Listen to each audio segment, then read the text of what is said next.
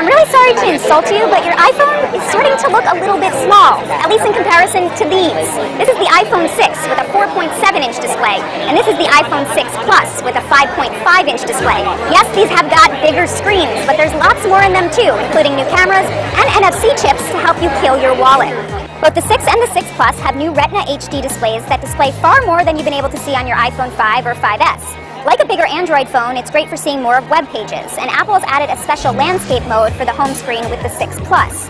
On both phones, you can move through web pages and emails with swipes on the side. But I really prefer the smaller version for my smaller hands. The 5.5-inch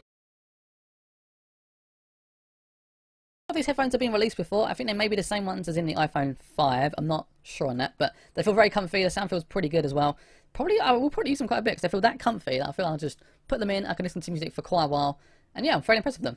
Also comes with a standard USB cable, so the power cable, which started I think around the iPhone 5 era, iPhone 5S, iPad mini with like the Retina display and stuff, and also the iPad Air.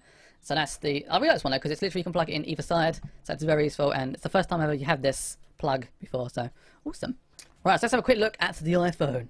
Oh my god. So this is the back. Let's talk about the back first. So you can see the camera slightly pops out there because it just about sticks out a very, very tiny little bit. And we've got this little line across there as well. I'm not sure what this line does, but I'm not too keen on it. Not sure why. It doesn't, I just don't really like the look of it, this line. But also I'm not a big fan of this sort of aluminium look as well. I would prefer perhaps like black all over. I think they look pretty cool, but there we go. What can you do? Also got the flash there as well. I'm not dissing the phone. I still like the look of it. I'm just saying it's like a few. I've been very, very picky. So let's talk about the side. So the side now has the silent button over here. That's a little switch thing you can get. Up and down volume. On the other side we have the on and off switch. Also the lock switch as well, which is now moved from the top to the side, which is very interesting because the phones are getting so big now. They have to move the button somewhere because it's too far to stretch your fingers. I've got a fairly big hand and I'd probably struggle to reach a top button, so that's good. But now the top looks completely and utterly plain. It's just plain sexy metal. It looks so good. So on the bottom we have a headphone, we have the standard USB slot, and also where the speaker is as well. So that's where all the volume comes out. Yeah. Also I found when you're sort of swiping across, it's not sharp anymore, so it feels nice and smooth. It feels really nice to sort of touch. And instead, like, especially with my iPhone 4, I was like, ow, ow, stop cutting me, iPhone. It feels so sharp, and now it feels really smooth. And the glass sort of almost like, I think it's got a slight curve in it at the end. So this feels so good.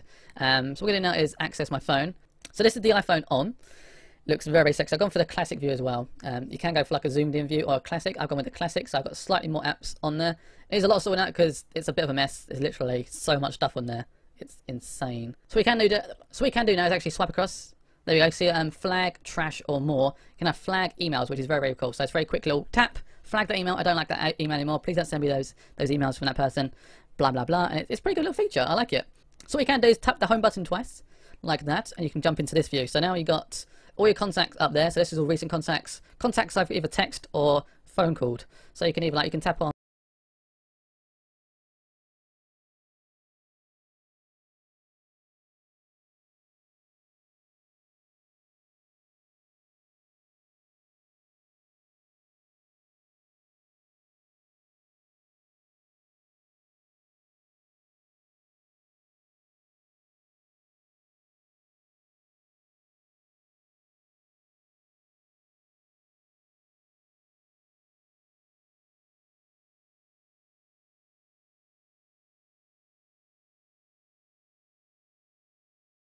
On Lucy, which is my sister, and you can literally call her mobile or you can text her. So that's pretty cool. That's a pretty cool little feature. Definitely a core addition, makes the process a little bit quicker. Also, some of you might have noticed this health app.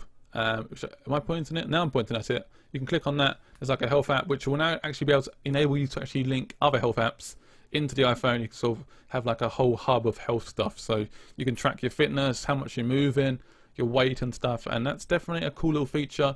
It feels like Apple are going more towards the health aspect with the iWatch and also this iPhone, and I like that. I want to start getting a little bit more healthier, and if it's with me all the time, that's very useful. What you can see now is the camera. You can see me in the camera. That's weird, isn't it? You can see me twice. But yeah, so you got the camera. The camera is very impressive. It looks absolutely amazing. It's still only 8 megapixels, which is slightly disappointing.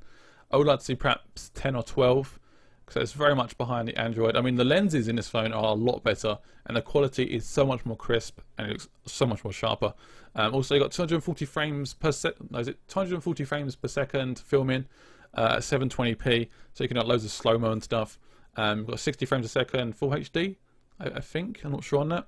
So let's talk a little bit more about this phone. So this phone has 20% more power than the 5S. So for me, it's just a massive difference because I used to have the iPhone 4. So, oh my God, it's so much quicker.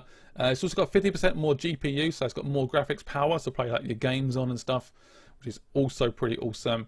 But yeah, it just feels more of like a step forward. So if you want a bigger screen, this upgrade will be perfect for you. But I think otherwise, stick with the 5S or even the 5. It's not